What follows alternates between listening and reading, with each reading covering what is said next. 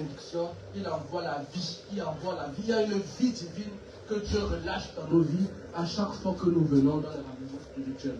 Je suis convaincu que ce matin encore, Dieu ne fera pas exception. Parce que sa parole, elle est vraie et s'accomplit dans toutes les circonstances. Alors ce matin également, il y a une vie divine que Dieu enverra, relâchera sur nos vies et qui nous fera du bien au cours de la semaine. Alléluia.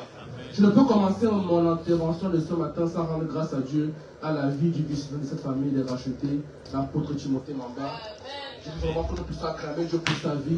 Parce que la Bible nous dit d'honorer de tels hommes qui payent un prix assez important. Je veux qu'on rende grâce à Dieu pour la femme que Dieu a mise à ses côtés. Alléluia. Parfois nous voyons seulement les hommes de Dieu, mais nous ne voyons pas leurs femmes. Gloire à Dieu. Je réalise encore une chose, c'est que parfois tu veux prier, mais l'enfant t'empêche de prier. Est-ce que c'est déjà arrivé? C'est que les enfants. Tu peux prendre du temps, mais l'enfant crie dans tes oreilles. Et quand même ta femme vient, tu dis chérie, enfin, prends ton bébé. Alléluia. Vraiment que Dieu bénisse les femmes qu'il a mises à côté de ses serviteurs. Parce que vraiment, elles font un travail formidable. Amen. Parce que quand ta tête n'est pas calme, tu ne peux pas être côté des enfants, donc des choses de Dieu. Je veux qu'on rende grâce à Dieu pour la vie également de notre berger sur Paris. Alléluia. Vraiment un homme formidable, exceptionnel, qui paye un grand prix. Alléluia. Et que la merveilleuse de Dieu de te faire mise à côté. La famille de Paris n'est pas facile, mais Dieu les a mandatés pour la famille de Paris. Alléluia. Ils ont été équipés pour. Gloire à Jésus-Christ. Non, parce que pour supporter la famille de Paris, il faut avoir les côtes solides. Alléluia. Mais ils ont les côtes solides pour la gloire de Jésus. Alors ce matin également, bien aimé, nous allons continuer et depuis que l'année a commencé, nous sommes en train de partager. Oh, ma femme, Seigneur Jésus. Ça c'est pour la vie de ma femme. Sinon, j'ai pu bien préparer la nourriture. C'est parce que ma femme a créé les conditions adéquates pour que je puisse me préparer pour préparer cette nourriture. Que Dieu bénisse la merveilleuse épouse. Amen. Il a mis à mes côtés. Si tu es célibataire, je t'ai marié. Alléluia. C'est pas le thème de mon message. Mais c'est quand les mariés encouragent ou rendent hommage à leur femme, les célibataires dans leur cœur, ils ont fait un petit pincement. C'est un bon pincement. C'est pour te pousser aussi à dire Seigneur Jésus, accorde mon cœur. Mais ton tout viendra au nom de Jésus. Amen. Pour respecter le timing de Dieu, Dieu a de bons plans pour chacun d'entre nous. Bien amis, nous sommes sur l'année de Jésus-Christ. Et ce matin, j'aimerais partager avec toi sur le thème que nous allons aborder tout au long de ce mois de février. Tout au long de ce mois de février, nous allons coller sur un thème. Nous n'allons pas parler d'autre chose parce que cette année, c'est l'année de Jésus. Cette année, c'est l'année de Jésus. Moi, j'ai beaucoup aimé ce que papa aime souvent dire. C'est Jésus le matin, Jésus le midi, Jésus le soir. Enfin, quand tu pries, dis seulement Jésus le matin, Jésus le midi, Jésus le soir. Cette prière, j'ai testé ça, ça marche. Quand tu pries, on dit Jésus le matin, Jésus le midi, Jésus le soir. C'est-à-dire qu'il faut que Jésus soit au centre de nos pensées, au centre de nos méditations, au centre de notre activité. C'est-à-dire que si tu es allergique au nom de Jésus cette année, vraiment, tu auras beaucoup d'allergies. Alléluia. Parce qu'on va tellement prononcer Jésus que si tu es allergique à ce nom, tu auras beaucoup d'allergies. Mais sois guéri de l'allergie au nom de Jésus. Le thème de cette année, c'est Jésus. Le thème là est simple. Ça veut dire qu'on revient à la base. Jésus. Pas sur les à côté. Avant de commencer mon exhortation ou mon enseignement, je vais t'inviter à ouvrir ta Bible. On va partir rapidement sur le verset que Dieu nous a donné. Je voudrais juste introduire avec ça, avant de rentrer dans le thème du jour. Dans Hébreux chapitre 13. Depuis les précédentes semaines, nous n'avons pas arrêté de parler sur les 10 conseils pour réussir son année 2026. Amen. Et vraiment, je veux rendre grâce à Dieu pour les différents points qui ont été apportés chaque dimanche et chaque vendredi. Vous savez, quand j'écoutais parfois le berger parler ici le vendredi, je disais, waouh Seigneur, quelle profondeur de révélation. Je dis, Jésus, vraiment, que Dieu bénisse le berger. Amen. Il y avait des révélations, je dis, Jésus. Et comme le berger a tous les points, 7 points, je dis, 4 points. Tu as appris les 4 points là-haut. La potentielle. Amen. Si tu n'as pas été là le vendredi, je t'encourage à aller sur YouTube. Ce qui est bien, c'est que Dieu nous a fait du bien. Et même sur YouTube, tu peux retrouver cet enseignement-là sur Racheter Web TV. Sur les 10 conseils. Ne laisse pas l'année s'avancer sans pour autant d'abord essayer de mettre en pratique ce que Dieu nous a dit. Et ceux qui étaient là vendredi, est-ce qu'on a fait les bilans mensuels? Non, ceux qui étaient là vendredi, est-ce qu'on a fait les bilans mensuels? Je connais ceux qui étaient là vendredi. Je vous regarde. Est-ce qu'on a fait les bilans mensuels? Amen. Alléluia. Ceux qui étaient là, maintenant, ceux qui n'étaient pas là, ils sont confus. Ils se demandent, mais qu'est-ce qui s'est passé vendredi? Vendredi, on a partagé sur le fait que tout ce que Dieu nous a enseigné sur les 10 conseils, on doit les mettre en pratique. On doit pouvoir s'arrêter et se rassurer que par rapport à l'organisation, par rapport à la discipline, par rapport à la patience, par rapport au service, à l'implication, par rapport à tous ces points, est-ce qu'on a pris le temps de pouvoir s'organiser? Si tu n'as pas encore fait encore le 1er février, quand tu rentres le soir, fais le nom de Jésus. Parce que parfois nous voulons de nouvelles paroles. En fait, tout a déjà été dit. Les 10 points là, c'est tellement profond. Tu peux même traverser ça toute ta vie. Hébreux chapitre 13. Je vais commencer à partir du verset 7. La Bible déclare ceci. Je suis dans la version suivante. Souvenez-vous de vos conducteurs qui vous ont annoncé la parole de Dieu. Considérez quelle a été la fin de leur vie et imitez leur foi. Le verset 8.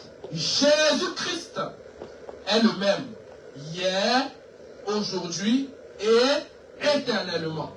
Ensuite, il dit, ne vous laissez pas entraîner par des doctrines diverses et étrangères, car il est bon que le cœur soit affermi par la grâce et non par des aliments qui n'ont servi de rien à ceux qui s'y sont attachés. Que le Seigneur bénisse sa parole. Assieds-toi quelques instants. Je reviens sur ce thème parce que le thème que nous avons reçu, c'est Jésus-Christ est le même hier, aujourd'hui et éternellement. Ça veut dire que, bien aimé, cette année, s'il y a quelque chose que tu dois chercher à comprendre, c'est qu'est-ce que Dieu veut dire au travers de ce thème. Parce qu'on ne doit pas arrêter de parler de Jésus, mais il y a déjà une révélation. Si tu n'as pas de révélation pour 2026, ça c'est la révélation pour 2026. Jésus-Christ est le même hier, aujourd'hui et éternellement. Ne va pas encore chercher beaucoup de révélations. Ça c'est une révélation. Amen. Alléluia. Amen. Et quand il parle de ce passage, il commence d'abord, parce que pour bien comprendre le verset 8, il faut aller au verset 7. Il dit, souvenez-vous de vos conducteurs. Lorsqu'on parle de vos conducteurs, ici on parle des personnes qui vous enseignent la parole. On parle des personnes qui vous prêchent la parole. On parle des personnes qui proclament des paroles sur vous. Il dit, souvenez-vous de vos conducteurs, c'est-à-dire, ayez toujours ces personnes-là en mémoire. Ayez toujours ces personnes devant vos yeux. Ayez toujours ces personnes devant la face. Souvenez-vous de vos conducteurs. Il ne s'arrête pas là. Il dit quoi par la suite? Qui vous ont annoncé la parole de Dieu. Et considérer. Ça veut dire qu'il faut faire un examen. Il faut regarder leur vie et pouvoir examiner leur vie pour voir si ce que leur vie est en adéquation avec la parole de Dieu. Si leur vie est alignée avec la parole de Dieu. Et maintenant, il faut imiter leur foi. C'est-à-dire qu'il faut suivre ce qu'ils ont fait. C'est-à-dire que si tu veux vivre ce que tes conducteurs vivent, il faut être en mesure de imiter ce que ils font. Yes. Maintenant, quand il dit que Jésus-Christ est le même, c'est pour dire que le même Dieu qui a marché avec vos conducteurs, le même Dieu qui a marché avec vos leaders, le même Dieu qui a marché avec vos pères, c'est le même Dieu qui marche aussi avec vous. Mais à condition que vous aussi vous soyez à mesure de faire quoi? De considérer leur voix et d'imiter leur foi. Que Dieu nous aide. Amen. Parce que parfois tu vas seulement prendre Jésus Christ le même, il faut parfois un peu essayer de prendre dans sa globalité. Dans la vérité, oui, Jésus Christ est le même. Mais essaie de voir dans le contexte aussi pour comprendre mieux là où Dieu veut nous emmener. C'est pourquoi j'aimerais t'encourager cette année. Attache-toi à la nourriture de la maison. Amen. Alléluia. Là, ton voisin, la nourriture de la maison. Non, tu n'as pas bien dit à ton voisin. Dis à ton voisin, la nourriture de la maison. La nourriture de la maison. Bien aimé, ce n'est pas mauvais de manger ailleurs. Parfois, même je commence, si quelqu'un mange le même repas tous les jours, il aura une information. Et c'est vrai. Il faut d'abord manger comment ça va. Parce qu'il y a des gens qui sont experts pour manger de l'or, peuvent manger de chez eux. La malformation spirituelle. Il faut t'attacher à la nourriture de la maison. Beaucoup de personnes ne savent même pas connaître la nourriture. Alléluia. En fait, il y a des gens qui ne savent pas parce que le moment, ils se marrent comme ça. Alléluia. Il y a des personnes qui ne savent pas. Et parfois, je suis choqué quand j'écoute les enseignements. Je dis, mais c'est quelle profondeur. Mais je vois, on va à 200 vues. Jésus, dans tous les rachetés, ça fait 200. Ça dit qu'il y a beaucoup qui n'ont pas écouté. Tu écoutes qui? Moi, ton voisin, tu écoutes qui? Tu écoutes qui? Même quand tu regardes les cultes de Paris, tu vois parfois 50 vues, 100 vues. Il y a même certains qui sont sur Facebook, qui ne pêchent. Même mettre le like. Oh Jésus! Demande pardon à Dieu. Dans ton église, mais même liker la publication de ton église, tu n'es pas capable de mettre le like. C'est pas l'offrande, c'est le like. Alléluia. Si tu n'es pas capable de mettre le like, on va demander l'offrande. Comment on va aller sur la gym? Comment on va la gym? Si le like, ça te bloque. Combien de fois l'offrande et la gym alors? Pourtant, parmi les 10 fonds pour réussir l'année, il y a obéir à la gym de l'offrande. Même au like, il faut obéir. Amen. Ça fait partie de l'évangélisation. Et vous devez comprendre que nous sommes aussi dans une génération qui est beaucoup sur les réseaux sociaux. C'est très important de marquer notre présence et de pouvoir diffuser l'évangile. Quand tu es convaincu que la parole que l'on prêche, elle est bonne, il faut aussi apporter ta contribution, même si ce n'est plus que minime, mais pour propager cette bonne nouvelle. Est-ce qu'en 2026 tu peux changer? Amen. Non, elle me dit que je ne peux pas faire l'engagement devant Dieu. Est-ce que tu peux changer en 2026? Est-ce que tu peux changer en 2026? Amen. Ça te coûte rien. Partage. Dieu te fera du bien. Alléluia. Il dit quoi? Il dit, ne vous laissez pas entraîner par les doctrines diverses et étrangères.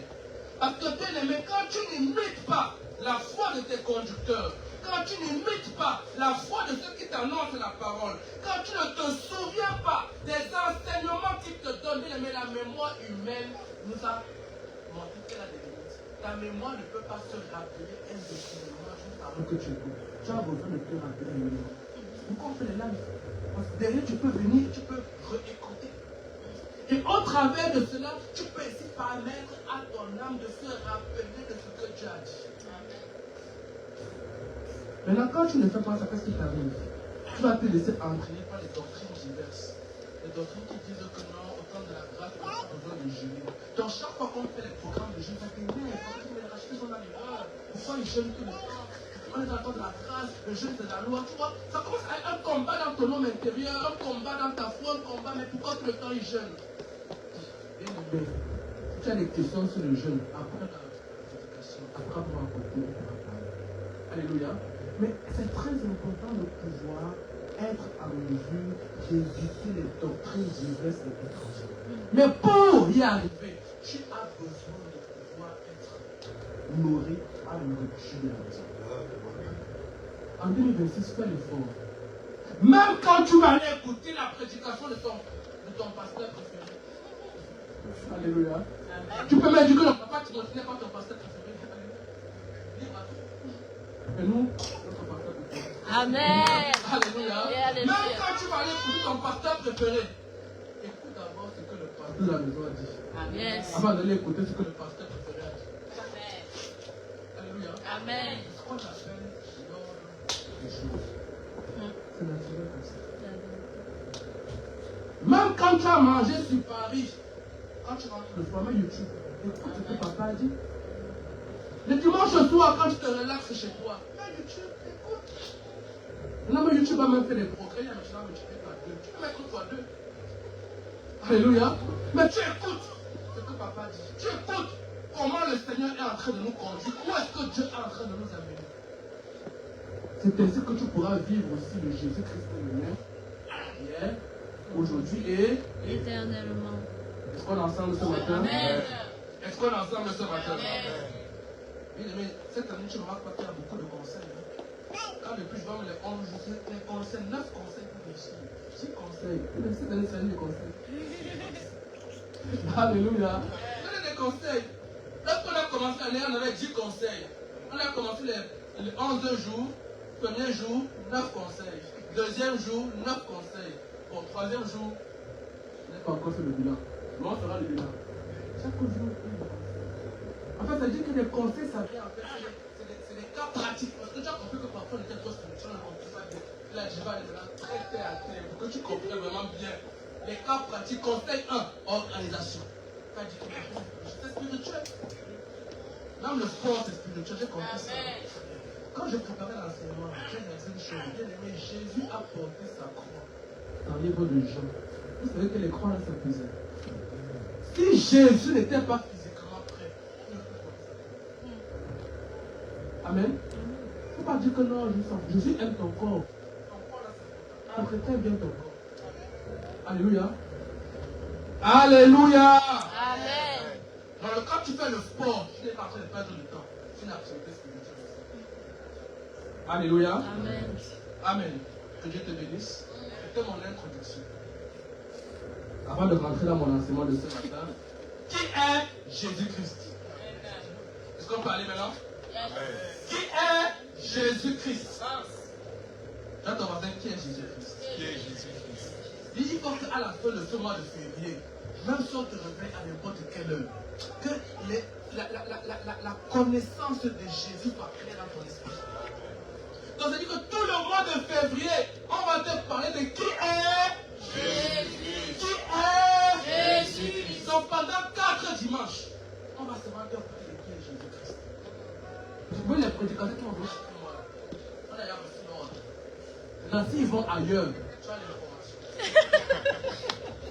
Après, tu pourras les attraper pour dire, frère, je m'attendais à qui est Jésus-Christ. Là, tu as dit de me dire que l'apôtre Paul. Alléluia. On est sur qui est Jésus-Christ. Sa direction. Là, je mets la pression au prédicateur qui va venir. Je vois la pression. Gloire à Dieu. Qui est Jésus-Christ? En un dimanche, on ne peut pas parler de tout ce qui concerne Jésus-Christ. Mais j'ai voulu vraiment aller de façon détaillée, avec le temps qui m'est parti, pour pouvoir apporter quelques notions sur la personne de Jésus-Christ. Amen. Alors moi, durant mon intervention d'aujourd'hui, je vais parler sur Jésus-Christ, mais je vais essayer de voir le côté prophétique de Jésus-Christ, le côté homme de Jésus-Christ. Et dimanche prochain, par la grâce de Dieu, on aura le temps de voir une autre facette de Jésus-Christ. Parce que lorsqu'on parle de Jésus, on va se rendre compte que lorsque l'ange est apparu à Marie, l'ange a dit à Marie que l'enfant qui naîtra portera le nom de qui? Non, tu ne m'as pas répondu bien. Quand l'ange est apparu à Marie, l'ange a dit à Marie que l'enfant portera le nom de qui? Ah, Luc chapitre 1, n'est-ce pas? Le verset 30. La Bible dit que l'ange lui dit, ne crains pas, car tu as trouvé grâce devant Dieu. Et voici, tu deviendras enceinte, tu enfanteras un fils, tu lui donneras le nom de Jésus. Ça veut dire que le nom qui est écrit sur l'acte de naissance de Jésus, c'est Jésus. Ça veut dire le Christ. Après, tu entends, on dit Jésus le Christ. D'où ça vient? Alléluia. Parce qu'il y a Jésus, il y a Jésus-Christ, il y a Seigneur Jésus. Je dis que mes frères, vraiment, tu as compris ça. Moi, j'ai écouté papa Timothée, dis-moi que répète ce qu'il a dit. Amen. Tu peux aller écouter l'enseignement du vendredi sur YouTube. Bon, c'était fait du bien. Lorsqu'on parle de Jésus, on voit Jésus, le Fils de l'homme, le Maître. Lorsqu'on parle de Jésus-Christ, ça veut dire que Christ a deux significations. En grec, Christ signifie loin. En hébreu, Christ signifie le Messie.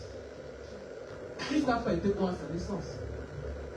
N'est-ce pas? Christ a été bon encore. Luc chapitre 4. Lorsqu'il est conduit par le Saint-Esprit dans le désert, lorsqu'il revient au Dieu. Maintenant, il est quoi? Maintenant, il devient Seigneur Jésus-Christ. Quand il est mort, ressuscité, glorifié. Amen. Alléluia. Amen. Donc, on va essayer de voir tout cet aspect-là par la grâce de Dieu. Pour que nous puissions vraiment comprendre par rapport à Jésus. Alléluia. Et aujourd'hui, j'aimerais vraiment apporter un peu, faire une emphase sur Jésus, en fait, son côté homme. Gloire à Dieu. Nous allons commencer dans le naturel, ensuite nous allons aller progressivement dans la partie spirituelle. Regardez avec moi, parce que quand nous regardons la vie de Jésus-Christ, nous allons rendre compte d'une chose. C'est que la vie de Jésus-Christ, la vie de Jésus a été prophétisée, annoncée dans tout l'Ancien Testament. Tout ce que Jésus accomplissait sur la terre, tout ce que Jésus faisait durant son année depuis sa naissance, c'était écrit à l'avance. Jésus n'a fait que marcher sur les prophéties qui ont été dites sur sa vie. Quelqu'un se dit, Seigneur, dans la Bible aussi, il y a le prophétie sur ta vie. Il y a des prophéties également que Dieu a dites sur nos vies dans la Bible. Mais voilà, besoin que le Saint-Esprit nous révèle les prophéties. Parce que Dieu ne fait pas accepter de personnes. Regardez avec moi dans le livre de Luc. Luc chapitre 1. Avant d'aller même dans Luc, allons d'abord dans Matthieu chapitre 1. Matthieu chapitre 1, le verset 1. Matthieu 1 nous dit, généalogie de Jésus-Christ, fils de David, fils d'Abraham. J'aimerais entrer un peu en profondeur pour que nous comprenions. Parce que c'est aussi le but de l'enseignement, c'est que les choses soient ancrées en nous. Pourquoi est-ce que Jésus-Christ, bien qu'il soit le fils de Joseph, on l'identifie toujours à David? C'est pourquoi même quand Bartimée voulait être guéri, Bartimée n'a pas dit Jésus, fils de Joseph, aie pitié de moi. Mais Bartimée a dit Jésus, fils de David, aie pitié. Et quand Jésus a écouté cette prière, c'est comme si quelque chose en lui a réagi. Parce qu'il dit, il y a que ceux qui sont attachés à la parole de Dieu qui peuvent faire de telles prières. Il n'y a que ceux qui sont conduits par l'Esprit qui peuvent avoir de telles révélations. Amen.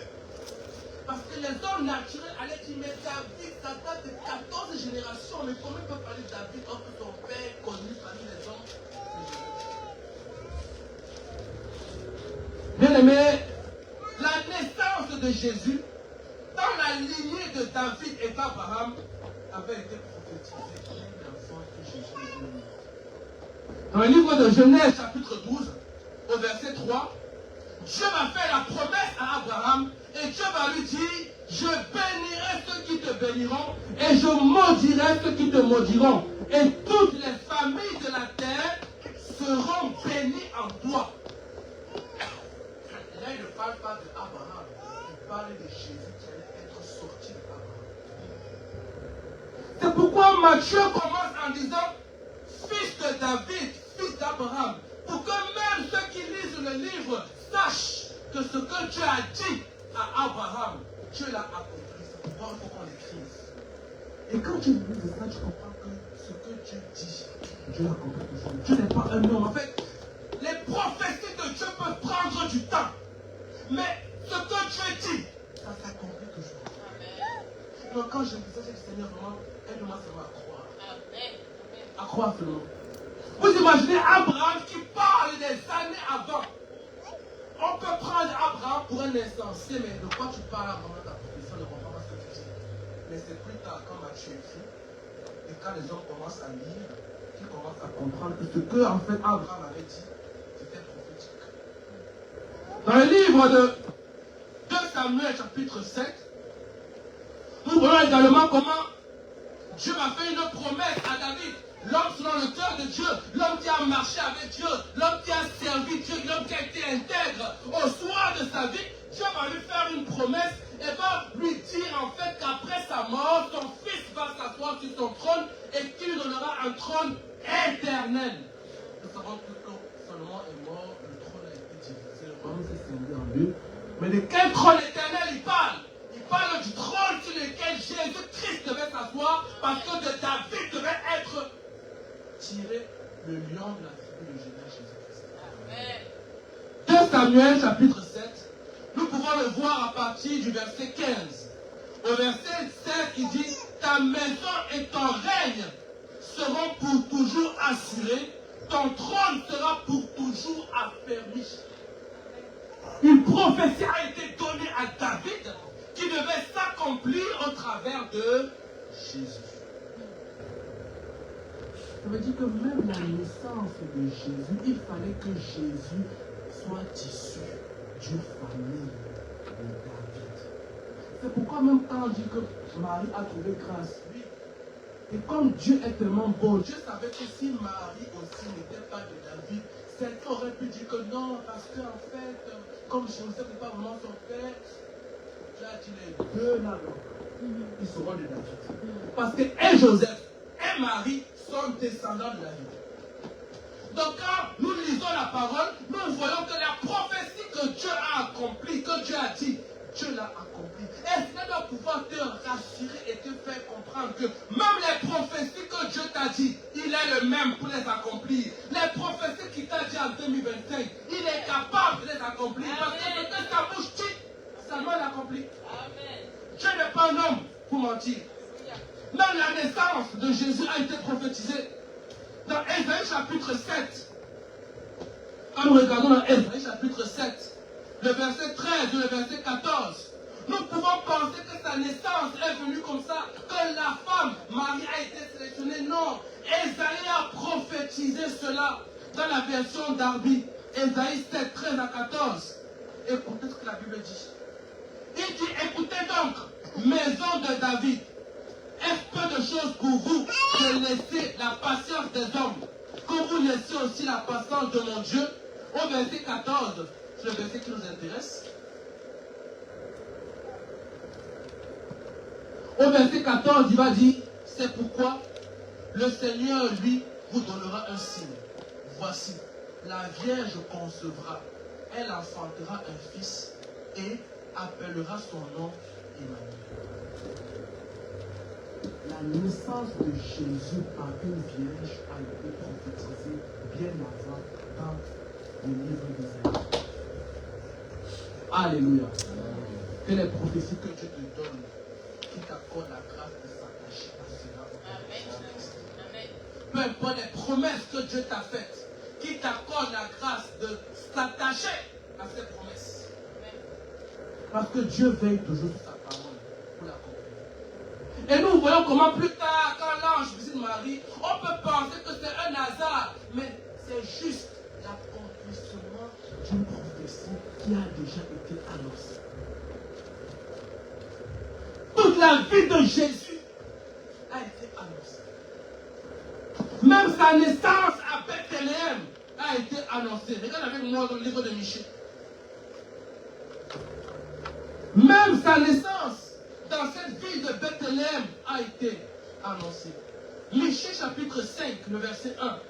La Bible déclare, et toi, Bethléem, Ephrata, bien que tu sois petite entre les milliers de Juda, de toi sortira pour moi celui qui doit dominer en Israël et duquel les origines ont été d'ancienneté et dès les jours d'éternité.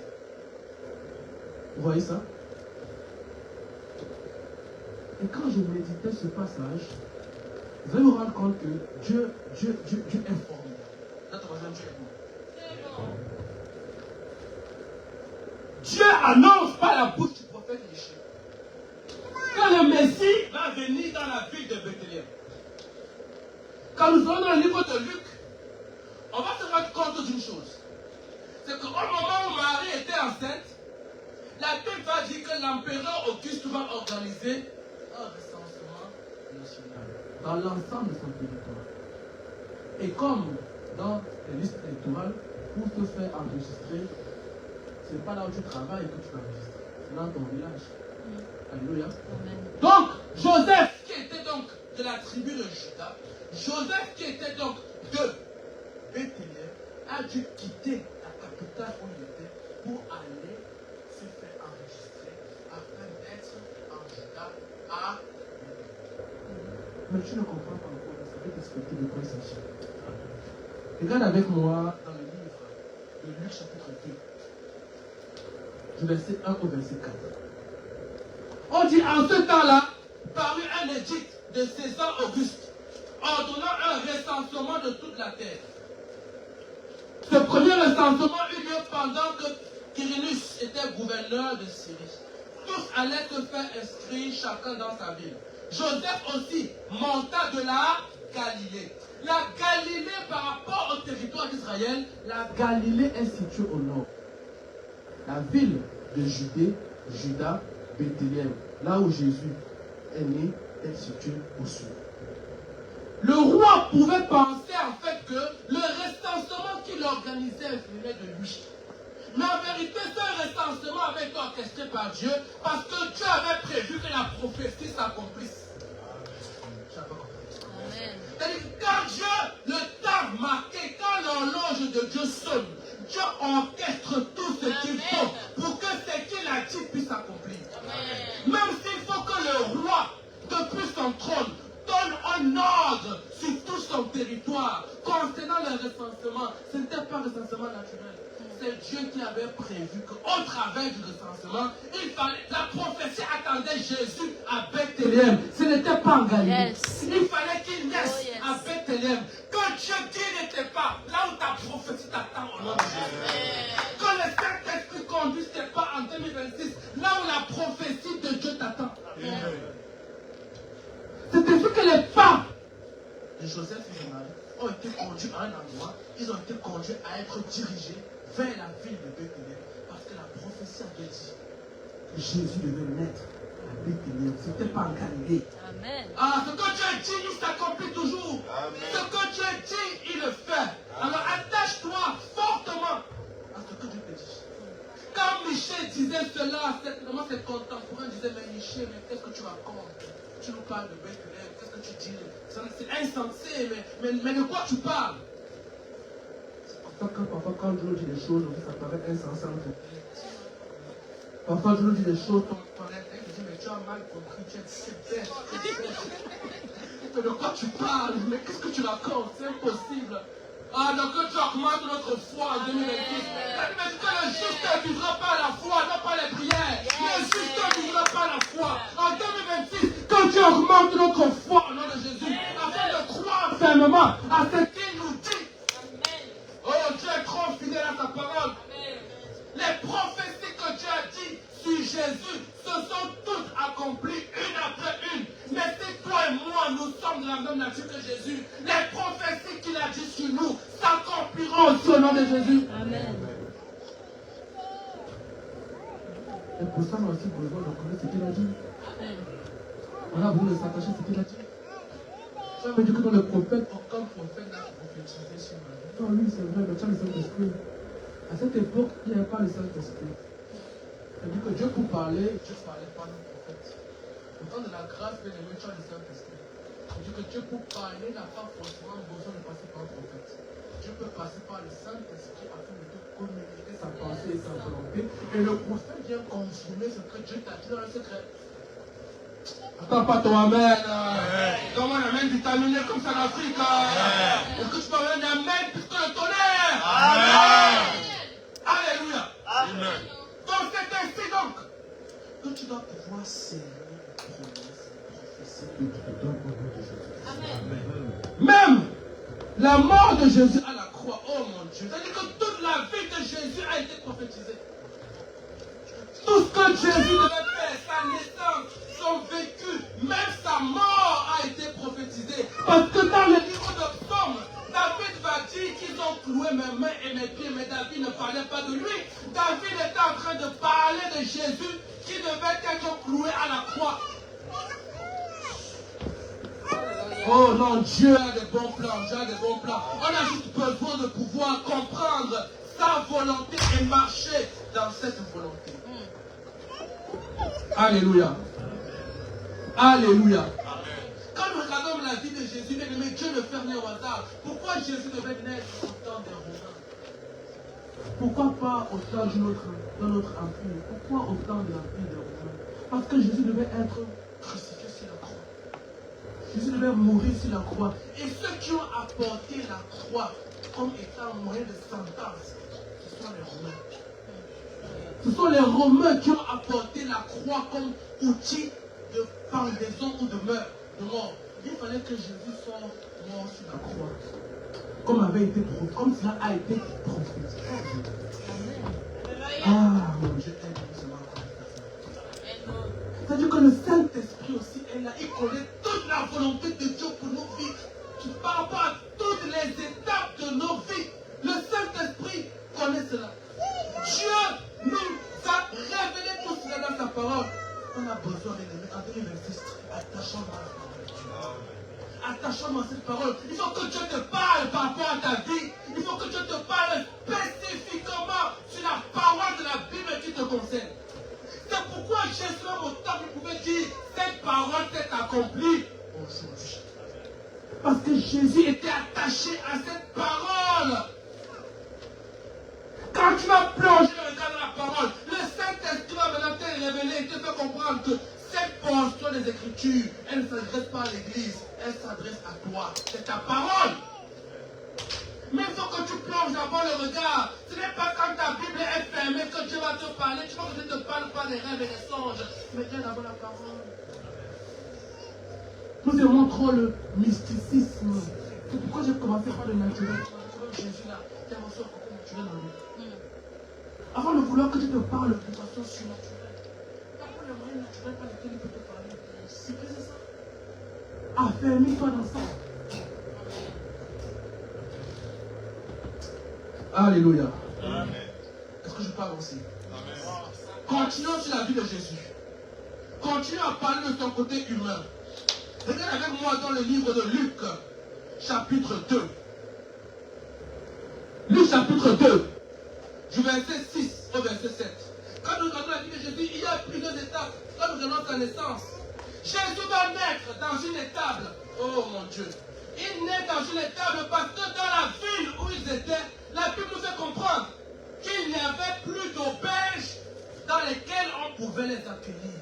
Et c'est par là que j'ai compris qu'avec Jésus, le plus important n'est pas comment tu commences, mais c'est comment tu termines. Jésus a commencé sa vie dans une étable avec les bêtes, les animaux comme voisins, mais il a terminé sa vie dans la gloire. Peu importe la façon avec laquelle tu as commencé, le plus important n'est pas comment tu as commencé, le plus important c'est comment tu termines. Voilà pourquoi la Bible dit que la fin d'une chose vaut mieux que son commencement. L'année vient de commencer. Si en 2026 tu ne prends pas les bonnes résolutions, si en 2026 tu n'appliques pas les conseils, les paroles qu'on te donne, et en fin d'année tu constateras avec désarroi que ta vie sera pareille, voire pire que l'année. 2026 a commencé, mais c'est à toi en 2026 de prendre les bonnes résolutions. C'est pourquoi les 10 conseils qu'on a reçus sont capitaux. Assieds-toi, va bosser. Ne cherche pas de nouvelles paroles. On t'a tout dit. Alléluia. Va appliquer ça. Les paroles qu'on te donne, applique ça, ne remets pas à demain. Jésus a commencé sa vie dans une étable, mais Jésus a fini sa vie à la droite de Dieu le Père. Dans Matthieu chapitre 2, Jésus-Christ, alors qu'il est né, on nous fait comprendre que Jésus a reçu la visite de 3 mages. C'est-à-dire que même quand il est né, les mages ont remarqué sa naissance. Il faut aussi voir le côté naturel. Je te montre tout ça pour dire que Jésus a aussi un côté naturel. Les mages sont venus le voir, mais même les mages qui sont venus le voir, il me dit que les mages ont ramené 3 choses. Ils ont ramené l'or, qui était l'image de la royauté de Jésus. Ils ont ramené l'encens, qui était l'image de la divinité de Jésus. Parce qu'on brûle de l'encens en l'honneur de Dieu. Ils ont ramené enfin la myrrhe, qui était une huile qu'on utilisait pour embaumer les morts. Ils ont montré ici le côté humain de Jésus.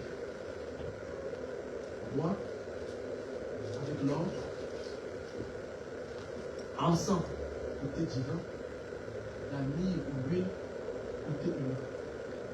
Et moi j'ai compris une chose. C'est que mes amis, quand 3 rois te rendent visite, ils te donnent de l'or, pour savoir que c'est un cadeau royal.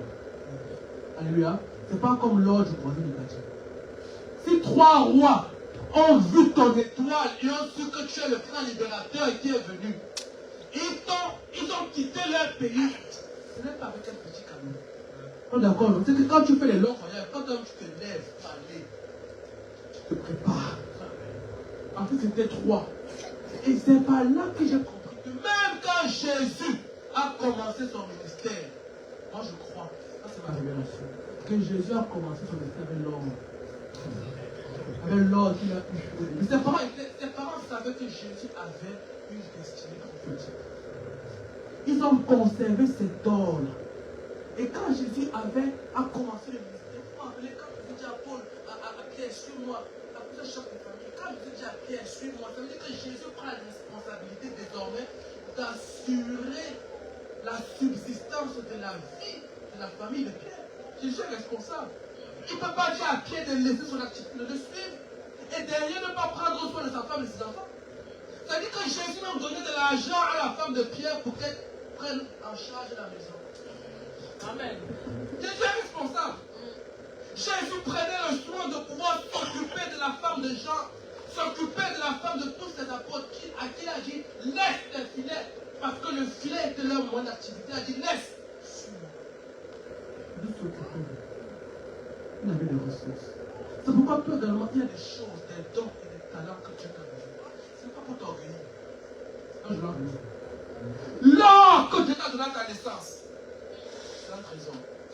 L'ensemble qu'il t'a donné, oui, c'est une capacité. Mais ce n'est pas pour ta gloire. C'est pour que cela serve les intérêts de Dieu. C'est pour que cela serve la mission. Parce que l'or a servi la mission de Jésus. L'or a servi le ministère de Jésus. L'or que Dieu te donne, c'est également pour servir la mission de Dieu. Ce n'est pas pour dire que non, moi je de l'or. 24 carats. On sait rien. Alléluia. Tout ce que Dieu te donne, que ce soit intellectuellement, que ce soit financièrement, que ce soit socialement, tout cela, ça fait partie de l'or qu'il te donne afin que tu puisses utiliser cela pour l'avancement de ton œuvre. Mon est triste. Non, ne sois pas triste. Ne parle pas seulement devant le Seigneur. Le Seigneur aide-nous. Alléluia. On a besoin que Dieu nous aide à utiliser tout cela pour faire avancer son œuvre. Est-ce que je peux avancer? Amen. Continue à regarder la vie de Jésus-Christ. Oh mon Dieu, que Dieu nous aide à comprendre également que Jésus-Christ doit être notre Dieu. Et quand je te parle de cette vie de Jésus, c'est pour qu'au travers même de son humanité, tu puisses tirer des leçons par rapport à ta vie. Au travers de ton côté humain, que toi aussi tu puisses trouver et tirer des leçons, parce que la Bible dit dans le livre de Hébreux, quand nous n'avons pas un souverain sacrificateur qui ne puisse compatir à nos faiblesses, parce qu'en toutes ces choses, lui aussi il a été tenté, mais il a été plus que vainqueur. Donc tu penses seulement que Jésus sur la terre était Dieu, tu vas penser qu'en fait il n'avait pas de problème de vie. Non, Jésus, toi et moi, on n'a pas quelque chose de plus que Jésus. Jésus avait l'esprit, toi tu as le Saint-Esprit. Alléluia. Tu as le Saint-Esprit. Mais sa vie était différente. Regardons le dernier aspect de son humanité que je vais aborder avec toi. C'est le passage de Jésus au temple. Puis il dit qu'au jour de la Pâque, ils sont allés à Jérusalem pour adorer. Et quelque chose se passe là-bas. C'est que Jésus va rester au temple parce que Jésus va commencer à discuter avec les docteurs de la loi. Oh Jésus. Jésus n'a que 12 ans. Mais Jésus réussit à discuter avec des rabbis. À 12 ans, il tient un discours cohérent avec des rabbis et des rabbins. Seigneur Jésus, fais-nous grâce. C'est-à-dire que Jésus, à 12 ans déjà, il avait une certaine connaissance de la parole de Dieu. Et je me rappelle quand le péché disait vendredi, qu'il a pris la résolution que cette année, il fallait toute la Bible. Il dit, hey, Jésus, moi, je m'attache trop aussi. Je vais lire toute la Bible en 2026. Jésus a 12 ans. À 12 ans, il tenait un discours avec les rabbins. Toi-même, discours avec seulement journaliste, tu fuis. Discours avec catholique, tu fuis. Discours avec Jésus à 12 ans. Tu as quel âge? Attends, tu as quel âge? Tu as quel âge? Non, non, dans la paix. Attends, tu as quel âge? Non, demande ton voisin, tu as quel âge? Est-ce qu'on voit ça? Jésus il avait 12 ans. Mais il parvenait à tenir un discours cohérent. Wow. Que Dieu nous aide. Il n'était pas l'ambiguïté que non, j'ai mangé le matin. Non, non. Il est écrit, il est écrit, il est écrit. Mais toi, tu as la foi depuis 5 ans. Donc il est écrit seulement que demandons vous donnera. Demandons vous donnera. J'attends d'aimer le monde, de son fils Jésus. Après ça, alors, c'est quoi la suite du récit? En 2026, l'organisation, si tu peux mettre sur place une organisation, pour réussir aussi à grandir dans la méditation de la parole. Parce que tout ce que tu as dit, les prophéties de Dieu sur ta vie sont ici dedans. C'est à toi maintenant d'ouvrir pour dire Seigneur, révèle-moi les prophéties qui continuent. Et regardez encore même le côté humble de Jésus. Jésus, je suis convaincu que Jésus connaissait plus de choses que Joseph et Marie. Ah, regardez avec moi. Luc chapitre 2.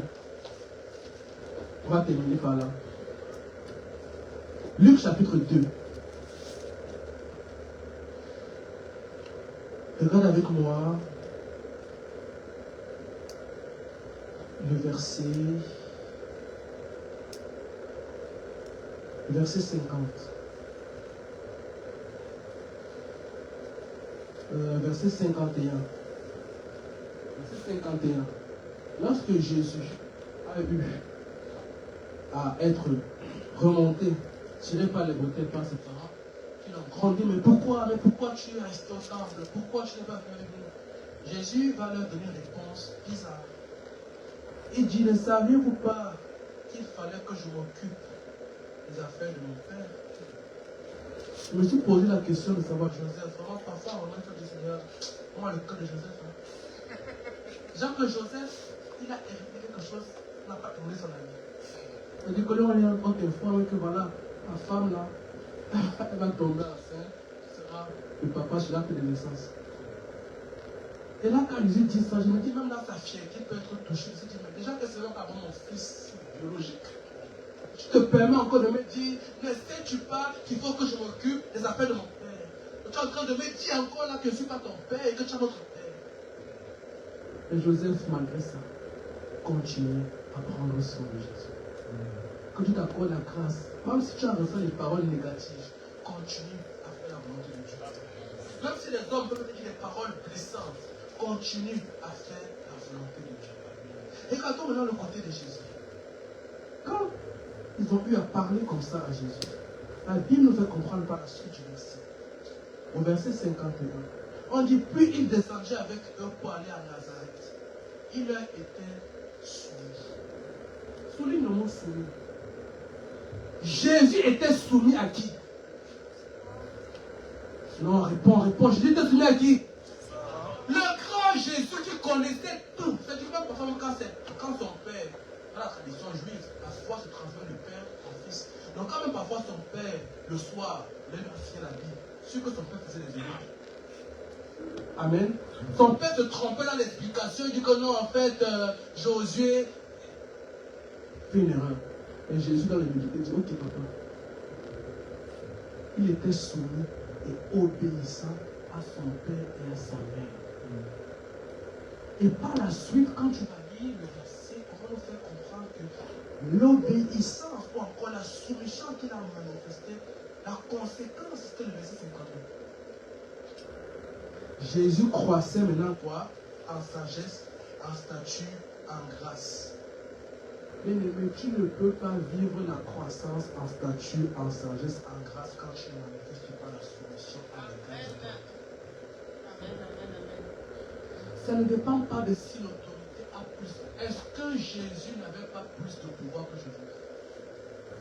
Est-ce que Jésus ne connaît? C'est que comme parfois Jésus connaît Joseph, il va déjà se lever le matin, il retire son t-shirt, Jésus, comment ça va? Il dit, donne-moi celui-ci. Imagine un peu, la parole fait chair. Il voit un papa qui est là le matin, il se gratte, il dit, mon Dieu, où est-ce que tu m'as mis? Mais dis, gloire à Dieu, voilà, alléluia. Tout cela n'a pas empêché Jésus d'être soumis. Quand son père, malgré sa position, l'a envoyé, va m'écraser, va me chercher, va me faire ceci. Il ne sait pas, tu ne sais pas même à qui tu t'adresses. Parce que son père forcément savait. Mais Jésus, malgré ça, mais qu'est-ce qui t'empêche d'être soumis? Qu'est-ce qui t'empêche d'être soumis? Et quand elle a fait ta vie, qu'est-ce qui t'empêche d'être soumis? Qu'est-ce qui t'empêche d'être soumis? Vois son père et sa mère, comme lui, ses parents naturels. Mais son père et sa mère, tu peux également le rattacher dans Hébreux chapitre 13, le verset 7. Au conducteur, qu'est-ce qui t'empêche d'être soumis? Tu veux grandir avec Dieu, mais tu ne veux pas te soumettre. Jésus croissait en sagesse, il croissait en statut, il croissait en grâce. Et comme Dieu est bon, c'est-à-dire que cette croissance ne touchait pas seulement le domaine spirituel. Cette croissance touchait le spirituel et le naturel. Jésus a juste compris un principe. Honore ton père et ta mère, et tes jours seront prolongés. Alléluia. Que Dieu nous aide vraiment à cette année.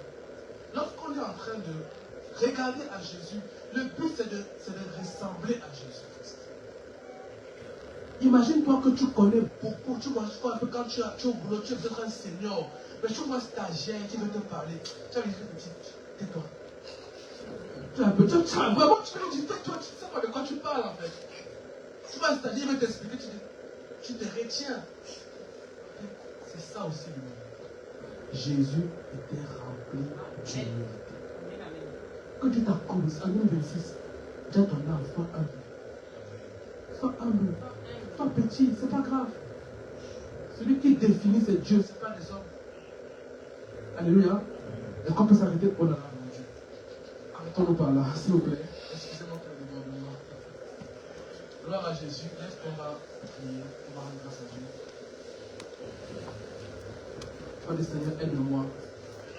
Aide-moi, aide-moi, aide-moi, Père. Dis, Papa, aide-moi. Je demande de ta grâce. La grâce de marcher comme Jésus. La grâce de te faire confiance. Même quand tout semble noir, dis Seigneur, accorde-moi la grâce de faire confiance à la parole que tu m'as donnée. Accorde-moi la grâce de continuer à te faire confiance. On a parlé sur beaucoup de choses. Et dans toutes ces choses, peut-être qu'il y a un point qui t'a touché. Les points sur lesquels l'Esprit de Dieu t'a parlé, ça peut être pour toi maintenant des sujets de prière. On a une minute, juste une minute. On a déjà eu à déborder dans le temps. Prends juste une minute pour parler à Dieu. Seigneur Jésus, je te dis merci pour ta parole ce matin. Je te dis merci parce que ta parole est venue pour, Seigneur, nous accueillir, pour nous conduire.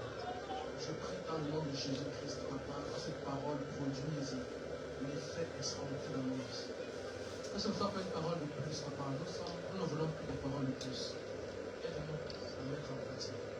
Par cette parole, Seigneur, donne-nous la vie nécessaire pour pratiquer cette parole. Quand tu as dit à Pierre, suis-moi, alors dans le suis-moi, il y avait suffisamment de puissance pour le contraire à l'esprit. Que cette parole, Seigneur Jésus, nous pousse à une repentance, à une fois qu'on se réforme. Nous pousse à un changement de position afin de pouvoir vivre pleinement ce que tu as prévu pour nous en 2026. Louange, gloire à toi, Père, au nom de Jésus-Christ. Amen. Gloire à Dieu. On va passer au temps. Tu t'acclames, tu déjà acclames bien. Tu te préviens que tu acclames, tu peux bien acclamer. Nous allons passer au temps des offrandes. Si la chorale peut nous conduire avec un chant. On se tient debout pour le temps des offrandes. Who has the final say? Jehovah has the final say. Who has the final say? Jehovah has the final say. Who has the final say? Jehovah has the final say. Who has the final say? Jehovah has the final say.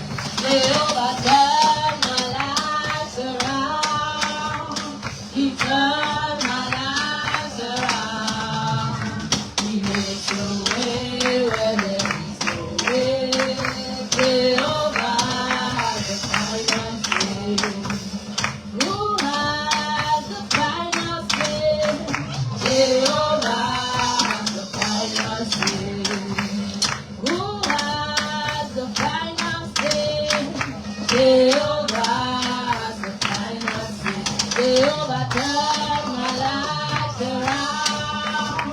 He turn my life around. He makes a way where there is no way. Jehovah has a final say.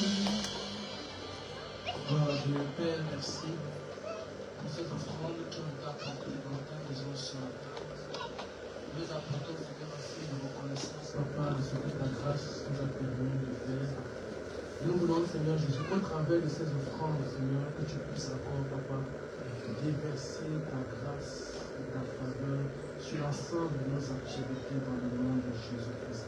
Tu as promis de menacer les dévoreurs, alors Papa, menace tout ce qui dévore nos finances dans le nom de Jésus. Menace tout ce qui bloque nos finances dans le nom de Jésus. Et je prie, Père, que tu donnes la semence à ceux qui n'en ont pas au nom de Jésus-Christ. Amen. Gloire à Dieu. Nous sommes arrivés quasiment à la fin de notre culte de ce matin. Avant de se séparer, nous allons juste nous asseoir, nous allons passer par les annonces. Je vais rapidement passer aux annonces. Comme annonce, nous sommes toujours dans notre programme de 11 jours. Alléluia. Est-ce que les 11 jours te font du bien? Amen.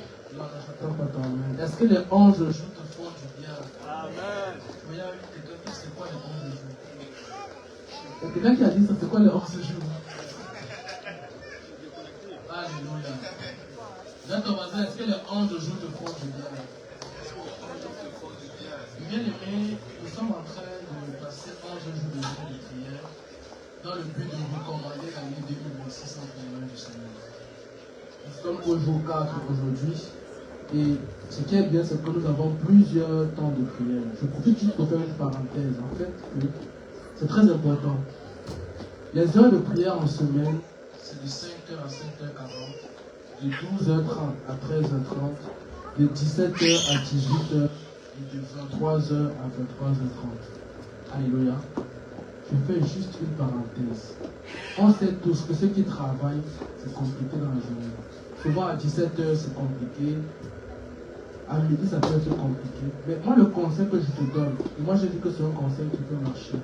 Si tu ne peux pas faire les 4 programmes, choisis une heure. Là, les 4 là. Tu dis, Seigneur, entre les 4 heures de prière sur Zoom, ma part que je choisis, c'est telle heure. C'est très important. Au-delà d'un programme, c'est un programme corporatif. Alléluia. C'est un programme qu'on fait ensemble. Et il y a une grâce particulière que le Seigneur déverse dans le monde quand tu te connectes et tu t'allies à ce que Dieu est en train de faire en fait. Je n'entends pas ton amen. Est-ce qu'on est ensemble? Amen. Fais vraiment l'effort. Ne dis pas que c'est le programme de la famille. Si tu es de la famille, attache-toi à ce programme. Dans ton agenda, mets un rappel, au moins une fois, où tu peux te connecter pour faire ce programme. Que ce soit à midi ou le soir ou à 17h, le Seigneur te fera du bien.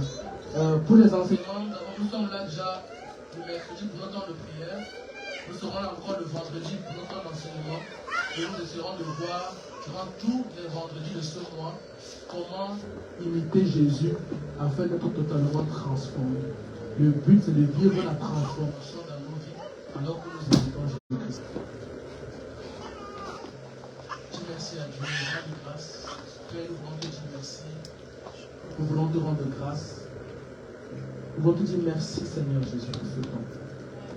Père, alors que nous sommes le 1er février, alors que le mois de février commence en ce jour, je prie, Père, dans le nom de Jésus-Christ, en ce mois, Papa, que ta grâce et ta faveur nous accompagnent dans le nom de Jésus-Christ. Je prie, je demande, Père, qu'en ce mois de février, que l'organisation, que la discipline soit notre partage dans le nom de Jésus-Christ. Que la persévérance soit notre partage dans le nom de Jésus.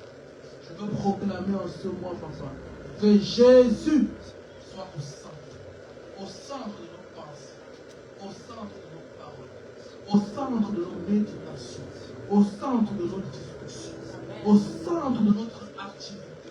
Au nom de Jésus, en ce mois, Père, sois visible. travers de nous, que Jésus soit visible. En ce mois de février, Père, surprends-nous, oh mon Dieu. Surprends-nous, Seigneur Jésus. Crée dans nos cœurs la soif et la faim de moi, Seigneur. La faim de ta présence. Au nom puissant de Jésus. Merci pour la fidélité que tu manifestes dans nos cœurs. Merci, Seigneur Jésus, pour l'endurance, la persévérance que tu nous donnes en ce mois. Merci pour ta grâce et pour ta faveur. Au nom de Jésus-Christ de Nazareth. Amen. Que le Seigneur vous bénisse.